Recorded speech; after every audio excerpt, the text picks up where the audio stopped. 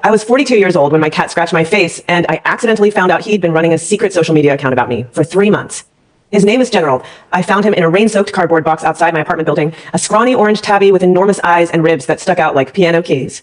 I'd been having a rough week. My mother had called to remind me that my younger sister Victoria was getting married, and I still hadn't found a real career, so I scooped him up, wrapped him in my coat, and took him home. That was the best decision I'd made in years. Also, apparently, the most complicated. The scratch happened yesterday. I was trying to trim his nails, and he swiped at my face before I could react. 0.3 bleeding lines across my cheek. He'd never done anything like that before. I was sitting on my bathroom floor, dabbing at the cuts with antiseptic, when I pulled out my phone to Google whether cat scratches needed rabies shots. Instead, I found something else. A viral TikTok account called Looking for My Soulmate Cat had been trending in my feed for weeks. Everyone at my publishing house talked about IT, and my coworker Andrea was obsessed.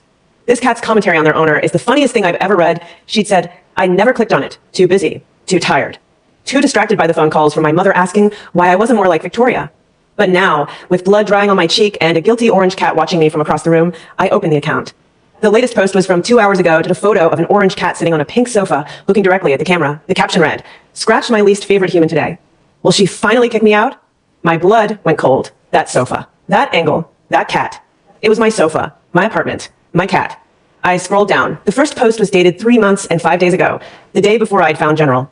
A blurry picture of a wet cardboard box in the rain, captioned, "Setting out to find my soulmate, so excited." The second post, "So close. The scent is in this neighborhood." The third, "Oh no, picked up by the wrong person. Not the soulmate, but her arms are warm and it's pouring outside. Temporary stay only." The fourth, big discovery. Wrong human looks exactly like soulmate, like suspiciously similar. Same bone structure, same scent, related. I kept scrolling. There were hundreds of posts. Each one documented the past 3 months of my life, my routine, my habits, my failures, and my increasingly desperate attempts to bond with a cat who clearly thought I was a consolation prize. She cooks so badly. The kibble I get from the vet is literally better than her cooking. Her voice is the most boring thing I've ever heard. Monotone, like she's reading a grocery list. She has no friends. She just stays home and reads. Every night, book after book. What kind of life is that?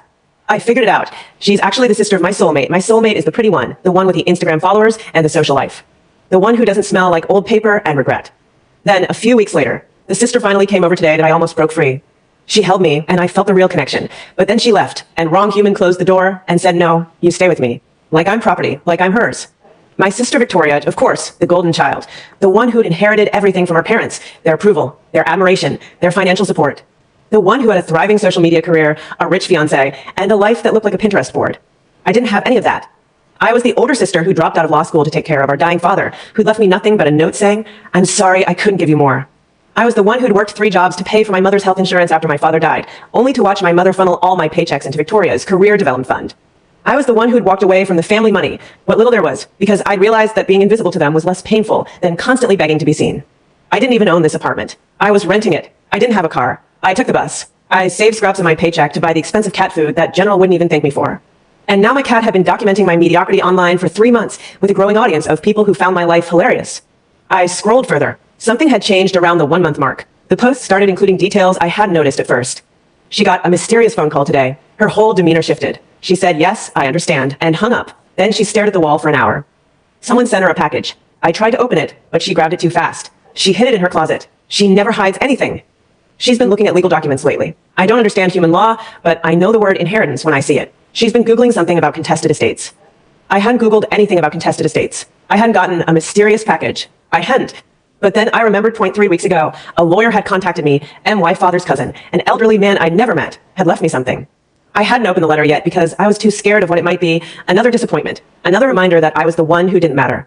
I stood up. General was still watching me from the couch, his round eyes unblinking. I picked up my phone and called the number on the letter. "Hello." The voice on the other end was brisk, professional. "This is Nora. I received a letter from you about, Miss Warren, I'm so glad you called. I've been trying to reach you for weeks. Your late uncle, Frederick Warren, left you his entire estate. The house, the investments, everything. But there's a complication." My throat closed. "What complication?" "Your mother and sister have filed a claim contesting the will. They say it was made under duress. They're claiming you manipulated an elderly man with declining mental capacity." I almost laughed. I'd never even met Uncle Frederick. I'd written him a letter once, a kind, careful letter, after my mother mentioned he was ill. Just a simple note.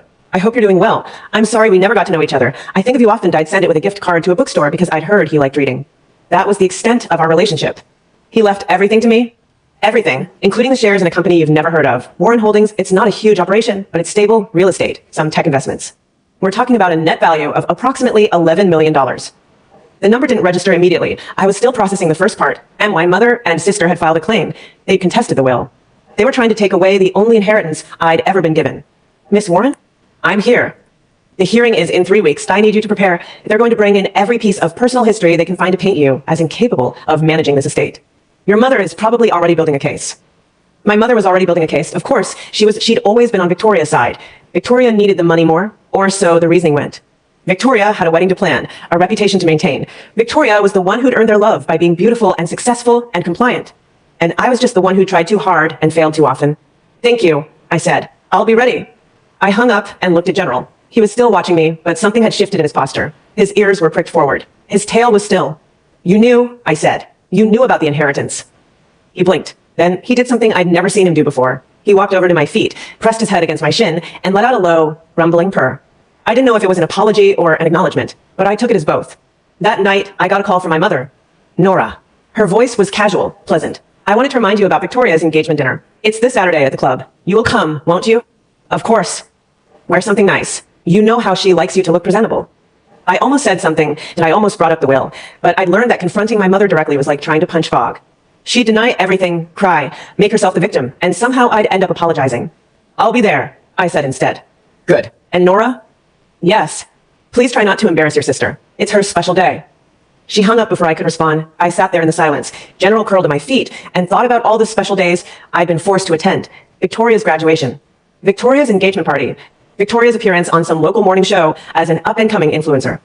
I'd attended every single one, smiling and clapping while pretending the ache in my chest was just heartburn. The engagement dinner was exactly as painful as I'd expected. The club was the kind of place that served tiny portions on huge plates and charged more for a glass of wine than I made in a week.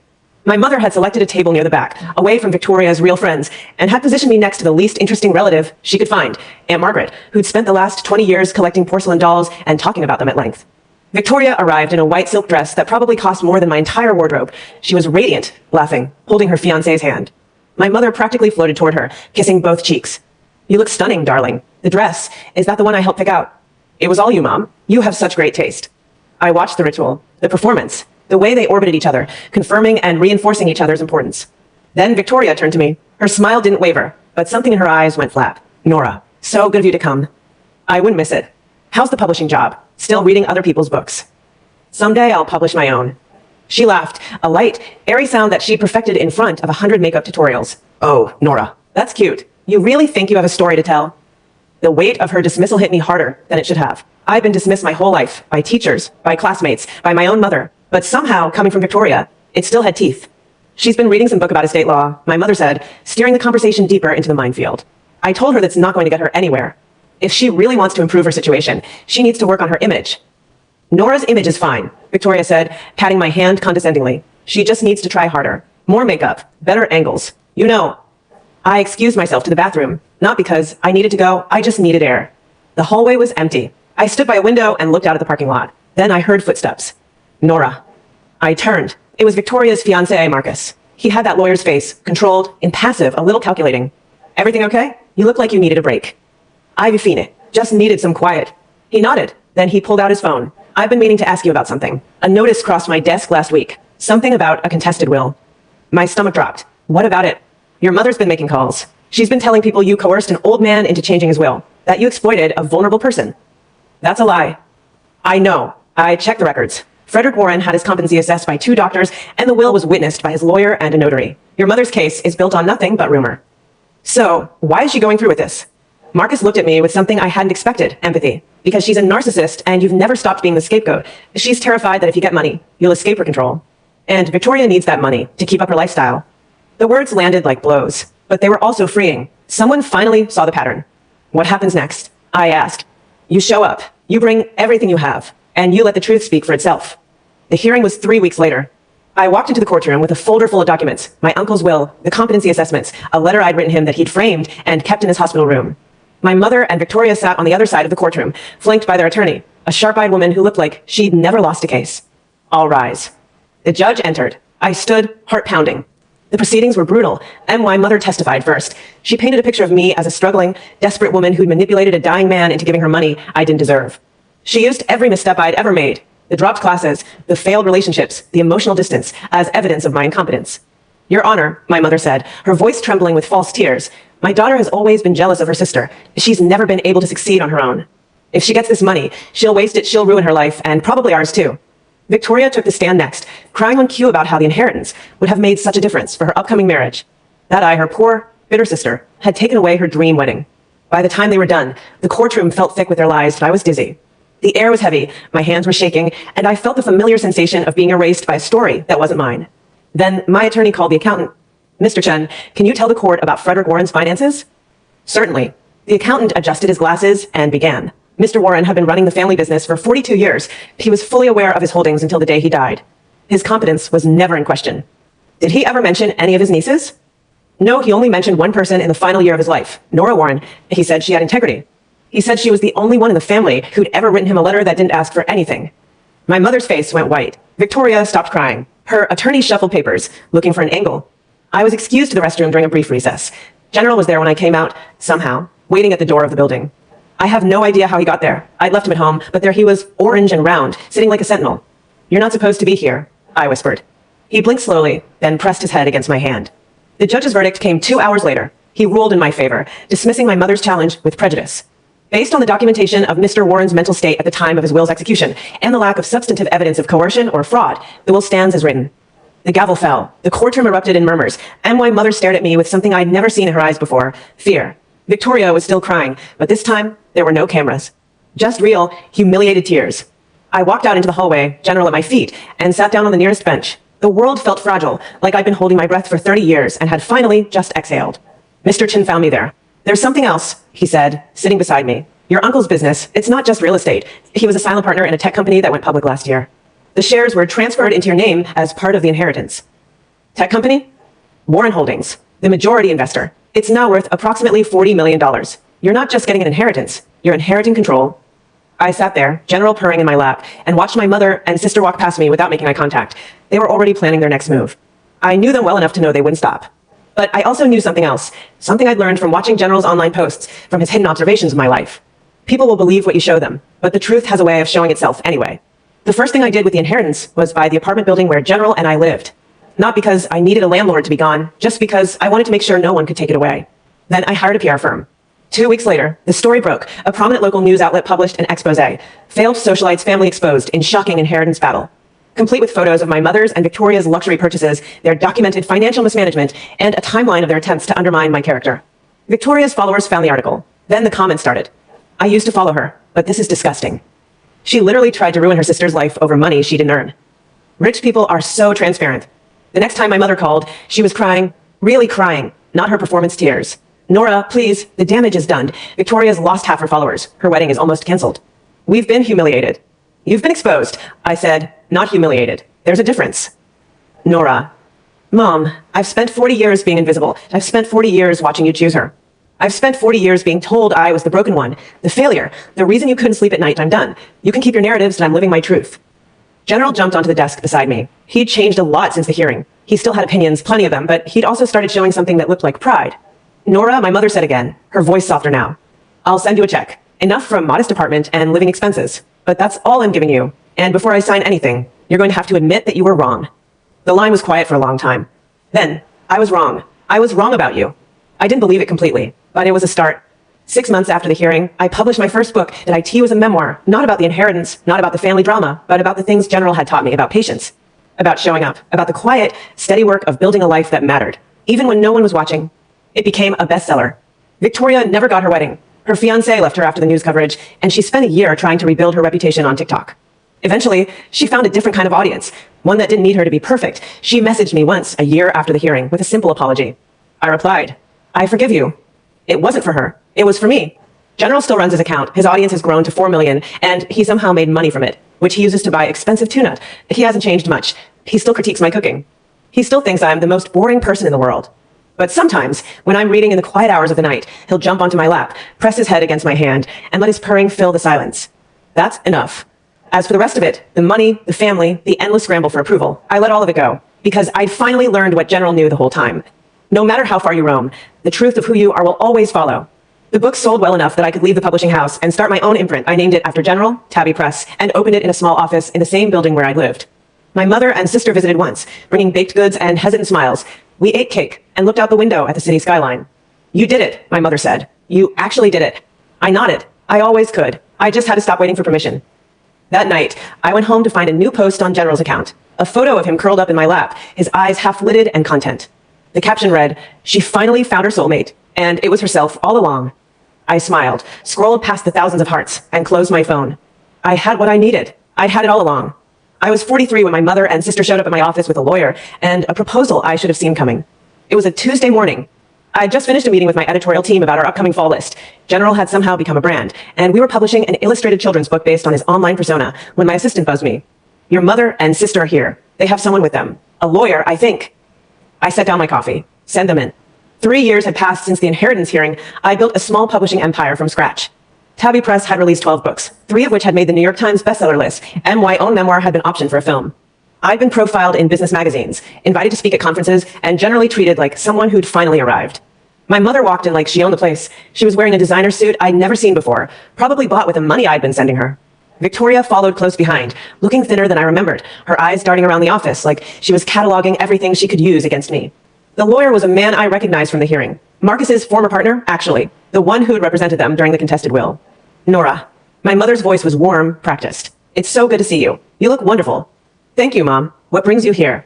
She settled into the chair across from my desk without waiting for an invitation. Victoria sat beside her. The lawyer hovered by the door, like he was waiting for something to happen. "We wanted to talk to you about a business opportunity," my mother said. "Your sister has been rebuilding her brand." "Reinventing myself." Victoria cut in. "I've been working with a coach. A really good one. I'm pivoting to lifestyle content, wellness, organic living, the whole thing."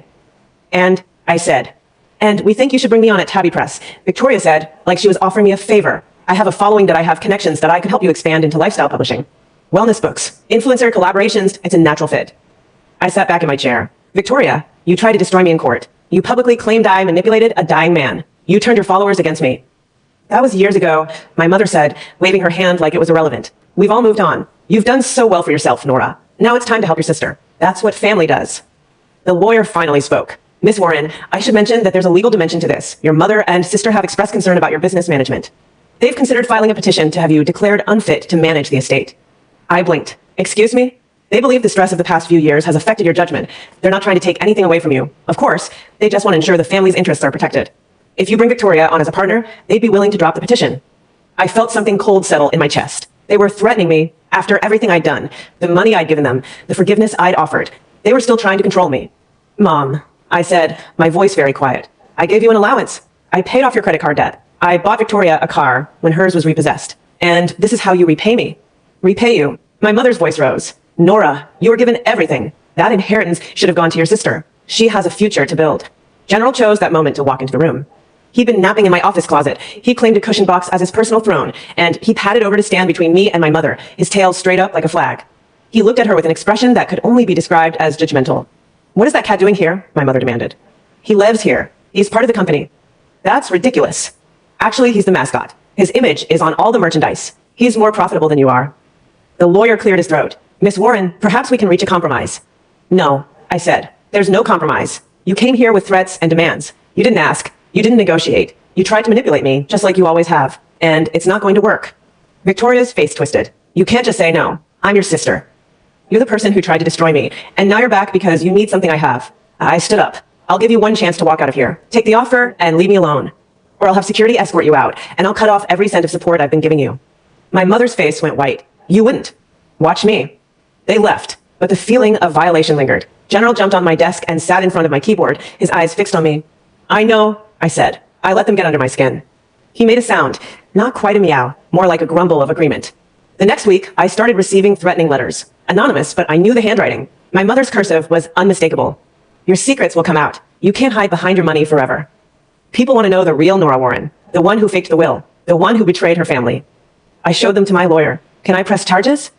"Anonymity makes it harder," he said, "but we can track the IP addresses. If they're using your mother's home internet, we'll know." The investigation took a month. During that time, I didn't sleep well. General spent more nights on my pillow, his warmth a steady presence in the dark. The IP addresses came back. They were indeed from my mother's house. I didn't call her. I didn't confront her. I let my lawyer file a police report and prepared for the fallout. 2 weeks later, Victoria called me. She was crying. "Nora, I didn't know about the letters. I swear to God. Mom did it on her own." "You didn't stop her." "I can't stop her. You know what she's like." I didn't respond. Please, Victoria said. I'm not like her. I was jealous. You know what it's like to be the second child, the one who's never good enough. The second child? I almost laughed. Victoria, you were the favorite. I was the one who was never good enough. She was quiet for a long moment. Then, I know I was. And I'm sorry. It wasn't enough. It would never be enough. But it was something. Come see me next week, I said. We'll talk. Just you. She came. We met at a coffee shop because I didn't trust her in my office. She looked older than I remembered, lines around her eyes, a tightness in her shoulders. Tell me one thing, I said. Why did you go along with all of it? The will contest, the threats, everything. Because I was angry. I was angry that you got something for once. And I couldn't stand it. Because if you got something, if you actually won, that meant I wasn't the only one who mattered. That's not an answer. It's the only one I have. I sat there, watching my sister crumble, and I realized that she'd been just as trapped as I had, trapped in our mother's narrative. Trapped in the role of the golden child who had to be perfect or be nothing. Victoria, I said, I'm not going to forgive you. Not yet. But I'm going to give you a chance. A real one. If you want to rebuild your life, you can do it without taking from me. What do you want me to do? Get therapy. Apologize publicly, not for show, but for real. And find a path that doesn't involve me or my money. Her eyes filled with tears. That's going to be hard. I know, but it's the only way. I paid for her first round of therapy. It was the last piece of money I gave her. After that, she was on her own. A year later, Victoria's brand had pivoted. Genuinely this time, she'd started a podcast about toxic family dynamics. Of all things, her audience was smaller than before, but it was loyal. She wrote a piece about her family that went viral. She named our mother specifically, detailing the favoritism, the manipulation, the years of being pitted against each other. My mother tried to sue her for defamation. It didn't go anywhere. The letters and the legal filings were all evidence of the truth. I watched from a distance, not intervening, but not looking away either. That year, General turned 6. He was still orange, still round. Still convinced he was the smartest creature in any room, but something had changed between us. He no longer hid his feelings. He didn't pretend to be aloof. One night, I found a new post on his account, a photo of him curled up on a stack of my books, caption, "She's the only one who ever saw me as more than a cat. The only one who let me be whatever I needed to be. I'd do it again, every time." I left a like. Then I closed my phone and fell asleep with General purring on my chest. Things settled after that, and my mother stopped sending letters. She stopped calling. I heard through Victoria that she'd moved to a smaller apartment and was living on the allowance I negotiated. Not the one I'd originally offered, but enough to survive. Victoria was doing better. She was dating someone who seemed genuinely kind, a graphic designer who'd never heard of her old social media career. She sent me a card on my birthday, handwritten, with a note that said, "Thank you for not giving up on me." I didn't know if we'd ever be close, but I knew that the distance we'd built was healthier than the forced intimacy our mother had imposed. The publishing company continued to grow, and I'd hired a small team, people who believed in the work, not the money. The children's book based on General was a hit. We'd sold rights in 17 countries. A production company was interested in a television adaptation. General took it all in stride. He was, after all, a cat of few concerns. At night, I'd lie in bed and think about how far I'd come. The girl who'd been invisible, who'd been told she was too quiet, too cautious, too much of a disappointment. She was still there, somewhere. But she wasn't the one I'd become. I'd become someone who knew her worth. Someone who didn't need validation from people who'd never given it freely. General curled at my side, his breath warm against my wrist, and I thought, underscore, this is the life I built. This is the life I earned. Underscore. I was 45, and finally exactly where I was supposed to be. I was 46 when my mother filed a lawsuit against me for educational fraud, and I realized she'd never stopped trying to tear me down. The papers arrived on a Friday afternoon. I was in a meeting with my editorial director, finalizing the fall catalog, when my assistant knocked on the door with a delivery envelope. I opened it in the middle of the meeting, and the words blurred in front of my eyes. Petition for fraudulent educational credentials. My mother was claiming that I'd lied about my academic background to secure my position at the publishing house. Specifically, she was alleging that I'd fabricated the master's degree I'd earned from Columbia, the one I'd completed while working 3 jobs and sleeping 4 hours a night. The irony was almost too much that I'd actually earned that degree, that I'd written a thesis that was still cited in academic journals, that I'd graduated with honors. And now my mother was trying to take it away from me. "This is insane," I said to my lawyer over the phone. "How can she even make this claim? She's claiming you submitted fraudulent transcripts to Columbia. She's claiming the whole thing was a scam. Where would she even get that idea? She's hired a private investigator, someone who's been digging into your past. They found some inconsistencies in the records, administrative errors probably, and she's using them to build a case." I sat down heavily in my chair. Why now? Because she's still bitter, and because she's realized that if she can discredit your education, she can discredit everything you've built. Your publishing house is based on your expertise. Your books are based on your knowledge. If she can prove your fraud, she can destroy your entire reputation. General had been listening from his perch on my desk. He jumped down and landed in my lap, pressing his head against my hand. "I need to find proof," I said. "Original records, transcripts, letters from my professors. I'll start pulling everything together. But Nora, you need to understand that this is going to be a fight. She's going to drag your entire history through the mud. Every grade, every class, every late night you spent studying, she's going to use it all against you. Let her try." The next month was a nightmare. I spent hours pulling together records, tracking down old professors, gathering witness statements. My mother's lawyer subpoenaed everything they could, my college transcripts, my high school records, even my elementary school attendance logs. They were looking for anything to use against me. What they found instead was a story I'd never told anyone. I'd grown up in a household where education was a weapon, and my mother had always been smarter than my father, and she'd used that intelligence to control him. But when I came along, a bookish, quiet child with a hunger for learning, she'd seen a threat. She'd tried to limit what I could study, where I could apply, who I could become. I'd fought back in the only way I knew how. By leaving AT 18, I'd moved out and put myself through college, AT 22. I'd applied to graduate school without telling anyone. At 25, I'd earned my master's degree with no support, no congratulations, no recognition. That was the version of me that had existed before the inheritance. The version my mother had spent years trying to erase. The hearing was scheduled for a Tuesday. I walked into the courtroom with my lawyer and a file box full of evidence. My mother was already there, sitting with her new attorney, a younger, less experienced lawyer who'd probably been hired because he was cheaper than the first one. All rise. The judge entered. He was older than the one who'd presided over the inheritance hearing, with a patient, tired face that suggested he'd seen everything. The proceedings began. My mother's attorney presented their case. A series of administrative errors in my student records, a few missing signatures, some mismatched dates. The implication was that I'd somehow manipulated the system to get a degree I didn't deserve. My attorney stood to cross-examine. Can you provide any evidence that Nora Warren personally submitted fraudulent documents? The lawyer shuffled his papers. The records show administrative errors. That's not fraud. That's bureaucracy. The exchange continued for hours. My mother watched me with cold satisfaction, like she'd finally found a way to destroy me. Victoria wasn't in the courtroom. She'd refused to participate, which was, in its own way, an act of defiance. Then my attorney called my first witness, Professor Evelyn Hart, Department of English, Columbia University. An older woman in a sensible suit walked to the stand. She was one of my thesis advisors, a brilliant, no-nonsense scholar who'd pushed me harder than anyone. She'd also, I later learned, kept copies of all my work. Professor Hart, can you tell the court about Nora Warren's academic performance? I can. Nora was one of the best students I've ever had. Her thesis was outstanding. We used it as a model for subsequent cohorts. She earned her degree through hard work and intellectual rigor, not through fraud. My mother's attorney tried to cross-examine her, but she was unshakable. She produced copies of my thesis drafts, my peer evaluations, my committee's written praise. The evidence was overwhelming. Next came the records administrator from Columbia, who testified that the administrative errors were exactly that, errors. They'd been corrected years ago. No fraud had occurred. Finally, my attorney called me to the stand. Nora, why did you keep your academic achievements a secret from your family? I looked at my mother, who was white-faced in her seat, because they would have used them against me. Every success I had was a reason for them to demand more, to claim credit, to diminish what I'd accomplished. I stopped sharing. Did I stop telling them anything? And when your mother filed this lawsuit, how did you feel? Angry and sad and tired. But mostly, I felt like I'd finally understood something. I'd never be enough for her. So I needed to stop trying. The courtroom was silent. My mother was crying, not fake tears, real ones. But they weren't tears of remorse. They were tears of defeat. The judge took a moment to review the evidence. Then he delivered his verdict. Based on the testimony provided, the claims of educational fraud are dismissed with prejudice. The evidence demonstrates a pattern of administrative error, not personal misconduct. Miss Warren's academic credentials are valid. This case is closed. The gavel fell. My mother collapsed into her seat.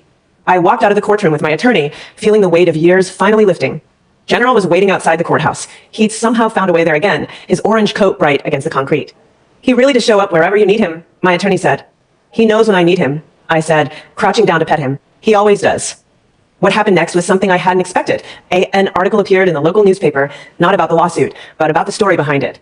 Someone on my team had leaked the details to a sympathetic reporter who'd published a piece about a woman whose family had spent years trying to destroy her and how she'd kept rising anyway.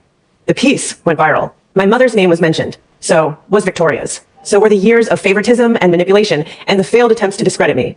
And then something remarkable happened. People started reaching out. Former classmates, colleagues, professors, people I hadn't spoken to in years. They wrote letters, sent messages, posted comments. They told their own stories of being undervalued, being underestimated, being told they weren't enough. I'd never felt less alone. The final blow came a month later when the Columbia Alumni Association contacted me. They'd heard about the case, they said, and they wanted to honor my resilience. They asked me to give a commencement address, not as someone who'd overcome tragedy, but as someone who'd achieved something worth talking about. I stood on the graduation stage in front of thousands of students, their families, their teachers. General was in the front row, sitting on a student's lap, his eyes fixed on me. 18 years ago, I was sitting in a seat like yours, wondering if I'd made a mistake by leaving my family. I'd been told I wasn't good enough, wasn't smart enough, wasn't worthy enough to succeed. And for a long time, I believed them. I paused. The audience was silent. But I was wrong, and so were they. What I learned, slowly and painfully, is that the people who try to tear you down are often the people who are most afraid of the person you're becoming. Their fear isn't your failure, it's their own. The speech was long, and I talked about the late nights, the exhaustion, the constant battle to prove myself to people who'd never see the truth. I talked about the messy, imperfect process of building a life that mattered, and I talked about the importance of finding people who believed in you. Someone once told me that I'd never amount to anything, and you know what I realized? That person was wrong. I'd already amounted to everything. I just didn't know it yet. When I finished, the applause was thunderous. I saw Victoria in the audience, crying. I saw my mother, not in the audience, but watching through a video feed somewhere, probably alone. And I saw General, still in the front row, his tail flicking with what I could have sworn was pride. On the flight home, I opened General's account to find a new post. A photo of him in front of a screen showing a video of my speech, captioned. She finally said it out loud. The thing I've been waiting to hear her say. You can't see it, but I'm crying. Cats do cry. It just looks like I gunk. The comments were thousands deep. After that, the tide turned, and my mother's legal challenges stopped. She was aging, tired, running out of energy for the fight. Victoria reached out more often, and the phone calls were no longer tense. The family was still broken, but the pieces were rearranging themselves into something that looked like the possibility of healing. General stayed by my side. He was still orange, still round, still sure of his own importance. But there was a new depth to our relationship, an understanding that we were both survivors, both orphans in our own ways, both committed to building something better. I kept writing. I kept publishing. I kept waking up every morning and reminding myself that I'd already won the only fight that mattered, the fight to be myself, without apology. At a book signing event, a young woman approached me with teary eyes. Your story changed my life, she said. My family doesn't understand me either. But reading about you, it made me feel like I wasn't alone. I hugged her. I gave her a signed copy of the book with a note. You're not alone. You never were. Outside the venue, General sat in the car, waiting. I opened the door, and he jumped into my lap, purring like a tiny engine. We did it, I said. We really did it. He blinked slowly, his way of saying, I know. Then he curled up and closed his eyes. That night, I found a new post on his account. A picture of me signing books, taken from an angle that suggested the photographer was very low to the ground. She thinks she's the one who built this. She's not entirely wrong, but I was here for all of it, and I'll be here for the rest. She doesn't know it yet, but she's going to be the biggest name in publishing, and when she does, I'm going to remind her of the time she cried over a bowl of pasta and I licked her hand. I laughed, then closed the app. Some things didn't need explaining. I had work to do, and General was waiting. I was 48 when my mother died, and I discovered that the final act of her life was the most manipulative one yet. The call came at 7 a.m. on a Saturday. Victoria's voice was raw, stripped of all pretense. Nora, Mom's gone. She had a stroke last night. They couldn't save her. I sat down on the edge of my bed. General, who'd been sleeping at my feet, lifted his head and watched me with those unblinking golden eyes. I'll be there as soon as I can. I don't know if you should come, Victoria said. She left instructions. She said she didn't want you at the funeral. I felt the words like a physical blow. Even in death, she was still pushing me away, still finding ways to make me the outsider. The funeral is at the church, Victoria continued, her voice cracking. Friday at 11. You can come if you want. But she said. I heard what she said. I hung up and sat in the silence. General walked over and pressed his head against my knee. She still hated me, I said. After everything, she still couldn't forgive me for existing. General made a sound, not quite a meow, more like a soft, questioning chirp. I didn't go to the funeral, that I couldn't. The idea of standing in that church, surrounded by people who believed her version of the story, being judged for being the daughter who tried too hard and failed too often, I couldn't do it. Instead, I went to her apartment. The day after the funeral, while Victoria was with the rest of the family at the reception, I used the spare key Victoria had given me and let myself in. The apartment was smaller than I remembered. She downsized after the inheritance hearing, trading the luxury condo for a modest 2-bedroom. It smelled like old lady, lavender sachets, dust, something faintly medicinal. I walked through the rooms, touching nothing. The kitchen was spotless. The bedroom was neat. In the corner of her living room, there was a desk I'd never seen before, a heavy oak thing with a leather blotter and a stack of papers. I sat down at the desk. On top was a letter, addressed to me in her handwriting. Nora, if you're reading this, I'm gone. I hope you don't hate me too much. I know I gave you plenty of reasons to. I wasn't a good mother, I knew that when I wrote this letter, that I knew it long before that. But I didn't know how to be anything else. I was raised to believe that love was a competition, that you had to earn it, measure it, prove you deserved it. And I passed that lesson on to you, and I'm sorry. The truth is, I was afraid of you. You were always stronger than you knew, smarter. 2, you saw through my games when Victoria never did. You left when she stayed. You built something when she only took. You won, Nora. I know you didn't see it that way, but you did. You won everything that mattered, and I was too proud to admit it. There's something else, something I've been carrying for years, something I should have told you when you were young enough to hear it.